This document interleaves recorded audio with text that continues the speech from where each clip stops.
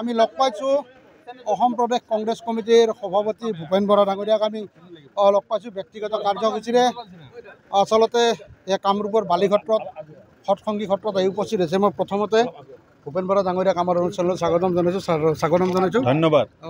উপ নিৰ্বাচন আহিছে, এক প্ৰকাৰ কঁকালত টঙালি বান্ধিছে। আচলতে বিজেপি ভয় খাইছে নেকি অকণমান?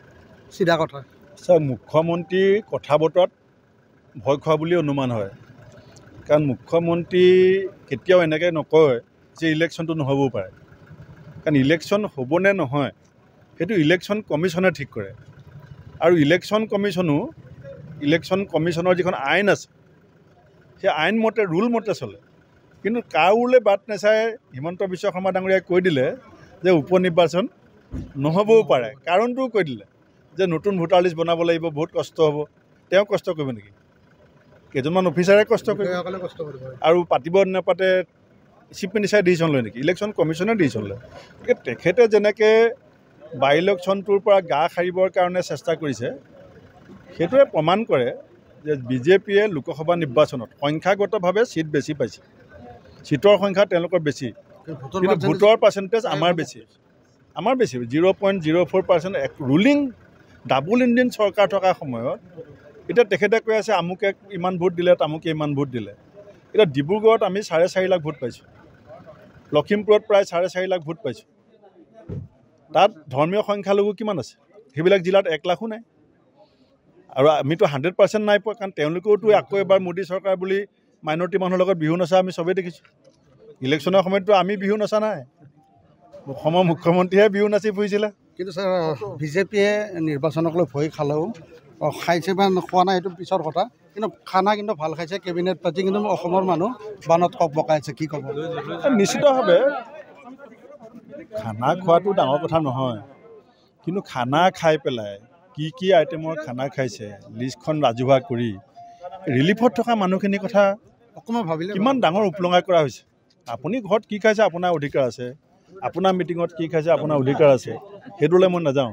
কিন্তু আপুনি যদি সেই কথাটো গৈ ৰিলিফ কেম্পৰ আগত গাই থাকে যে আজি মই 22টা আইটেম খালোঁ, আৰু ৰিলিফ কেম্পৰ মানুহৰ কথাকেইটা মানুহকেইজনৰ মনটো কেনেকুৱা লাগিব?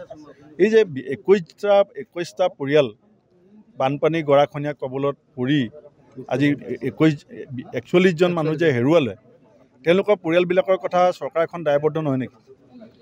ঢেকীয়াজুলিত ছোৱালীজনী কালি পঢ়ি ৰেপ হৈছে, তাত কিয় মুখ্যমন্ত্ৰী ডাঙৰীয়া গৈ পেলাই এবাৰ খবৰ নলয়? কিয় দৃষ্টান্তমূলক শাস্তি দিবৰ কাৰণে তেওঁলোকে তৎকালীন ব্যৱস্থা গ্ৰহণ নকৰে? কথাটো আজি তিতাবৰত ল'ৰা এটাক অদৰকাৰী কোনো অভিযোগ নাই ধৰি আনি পেলাই অত্যাচাৰ কৰি মানসিক নিৰ্যাতন কৰি আত্মহত্যা কৰিবলৈ বাধ্য কৰিলে। কিয় মুখ্যমন্ত্ৰী তিতাবৰত গৈ পেলাই সেই পৰিয়ালটোৰ কাষত থিয় নহয়?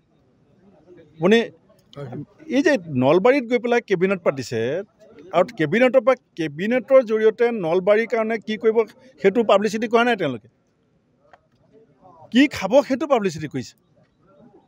কি বুজাব বিচাৰে চৰকাৰখনে ৰাইজক? আজিৰ তাৰিখত এইখন চৰকাৰৰ পৰা অসমৰ জনসাধাৰণে কিমান আশা কৰিব পাৰে আপোনাৰ দৃষ্টিত? ৰাইজে চব বুজি আছে, 2026 বাট চাই আছে। 24ত অকণমান ইংগিত দিছে নেকি? 1200 টকা অৰুণোদয়ে 2026 হিমন্ত বিশ্ব শৰ্মাক বচাব নোৱাৰে। ৰাইজে সংস্থাপন বিচাৰি আছে, সংস্থাপন দিছে।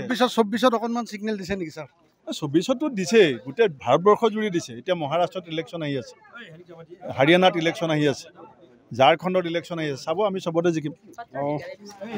সত্ৰসমূহৰ যি উন্নতি কৰা বুলি আচলতে দাবী কৰিছে চৰকাৰখনে, ভাবেনে আপুনি? সঁচাকৈ ভাবেনে ছাৰ? এয়া হৈছে ভূপেন বৰা। আচলতে বালিঘাটত